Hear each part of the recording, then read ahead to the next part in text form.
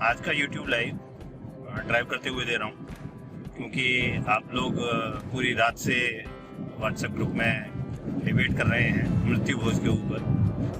तो मैं आपको बता दूं कि मृत्यु भोज जो है ये कोई शास्त्रोक्त परंपरा नहीं है, ये सामाजिक परंपरा है। सामाजिक कुरीति को शास्त्र से नहीं जोड़ना चाहिए। सामाजिक कुरीति को बंद करने के नाम पर शास्त्रों से मुंह नहीं मोड़ना चाहिए।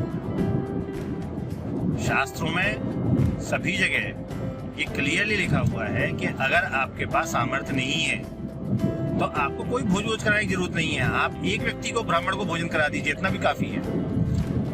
ऐसा कोई उसमें आर्थिक बोझ देने का कोई औचित्य नहीं है, ना कहीं लिखा हुआ है कि आपको 500 ब्राह्मणों को खिलाना है या 200 ब्राह्मणों को खिलाना है या 100 ब्राह्मणों को खिलाना है। ऐसा नहीं है। जिसके पास सामर्थ्य है वो खिलाए, जिसके पास सामर्थ्य नहीं है उसको ऐसा करने की कोई जरूरत नहीं है। एक ब्राह्मण को भी खिला देगा तो भी काम चल जाएगा। पहली चीज, लोग कहते हैं कि सामाजिक भोज या जो भी मृत्यु भोज होता है इसको बंद कर देना चाहिए। आप मृत्यु भोज के पीछे क्यों पड़े हैं? आप एक जो आपकी शास्त्रोक्त कथन है उसको तो मानेंगे। अगर आप सनातन धर्मी हैं तो शास्त्रों के अनुसार तो चलेंगे ना। अगर उसमें ये है कि आप संकल्प लेकर के एक ब्राह्मण को भोजन कराइए तो एक ब्राह्मण को भोजन करा दीजिए, इसमें क्या दिक्कत है? लेकिन आप बोले कि नहीं हम एक को भी नहीं कराएंगे, ये गलत है। आपने क्या किया? एक सामाजिक कुरीति को बंद करने के नाम पे आपने शास्त्र के विपरीत चले गए। तो ये आपको डिसाइड करना पड़ेगा कि आपको सामाजिक कुरीति से मुक्ति चाहिए या आपको शास्त्र से मुक्ति चाहिए। जैसे सामाजिक कुरीति बनी सती प्रथा, लोग जबरन अपनी बेटियों को जलाने लग गए, ये सामाजिक कुरीति बन गई। जबकि सती प्रथा ऑप्शनल थी, उसमें सती के ऊपर था कि उसको क्या डिसाइड करना है। ज्यादातर सतियां स्वयं से ही चिताग्नि में चली जाती थी, क्योंकि उनको लगता था कि भाई मेरा पति ही मेरा ईश्वर है, अगर वो नहीं है तो अब मैं किसके साथ रहूंगी, मुझे इस जीवन की कोई आवश्यकता नहीं है, मैं तो इसी के लिए समर्पित थी, तो अब मैं भी चली जाती हूँ। तो इसलिए वो सती हो जाती थी। लेकिन बाद में लोगों ने देखा कि यार ये मेरी बेटी सती नहीं हो रही, इसका मतलब लोगों को भी मैसेज जाएगा कि मेरी बेटी सती नहीं है। तो क्या करते थे, मेरी बहू सती नहीं है तो उसको जबरदस्ती उठा के जला देते थे। वो मना करती थी मुझे नहीं जलना, मुझे नहीं जलना, उसको उठा के जला दिया। फिर जिसकी बेटी जली उसने कहा कि साला मेरी बेटी जला दी, अब मेरी बहू का जब नंबर आएगा तो उसके साथ भी यही किया। तो लोगों ने अपनी नाक का सवाल बना लिया सती होने को, और इसलिए ये क्या बन गया, ये कुरीति बन गई, सामाजिक कुरीति बन गई। शास्त्रों में ऐसा नहीं था कि आप उठा के किसी को जला दो, सामाजिक कुरीति बन गई। ऐसे ही मृत्यु भोज है। मृत्यु भोज में कहीं नहीं लिखा कि आप 500 ब्राह्मणों को खिलाओ कि 200 ब्राह्मणों को खिलाओ, उसमें लिखा सामर्थ्य अनुसार खिलाइए। तो सामर्थ्य अगर आपका एक व्यक्ति का है तो एक व्यक्ति को खिला दीजिए। एक व्यक्ति के में कितना खर्चा आएगा आपका? 100 रुपए का खाना खा लेगा, 200 रुपए का खाना खा लेगा, ज्यादा क्या खा लेगा, है ना?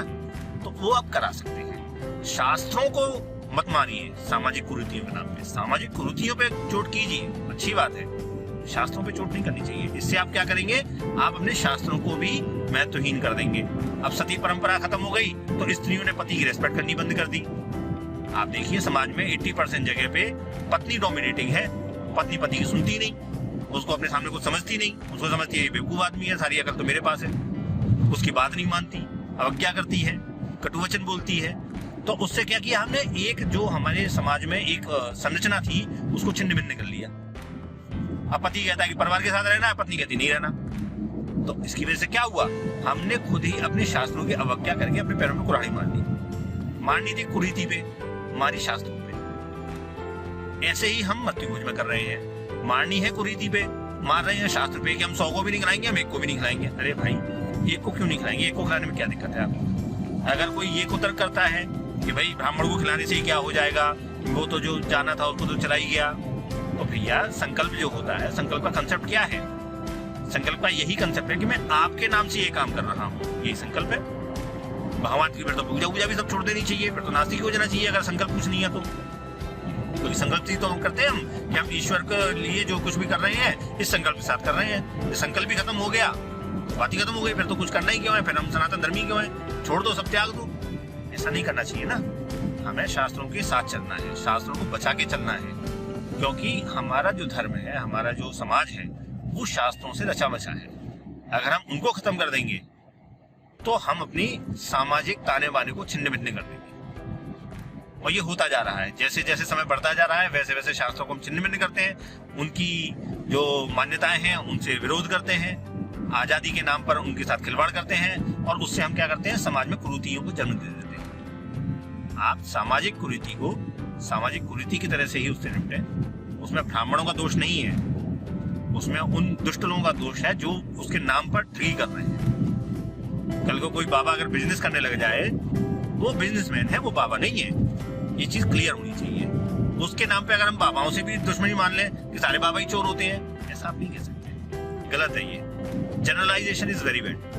किसी भी चीज का जनरलाइजेशन नहीं करना चाहिए हमें। इस चीज में आप लोग स्पष्ट हो जाएं कि सामाजिक कुरीति और शास्त्रोक्त कर्म वो अलग अलग चीज है। कर्मकांड को आप सामाजिक कुरीति से मत मानिए, ठीक है। तो इस पर ये मेरा स्पष्ट मत है। आशा है आप लोग समझ गए।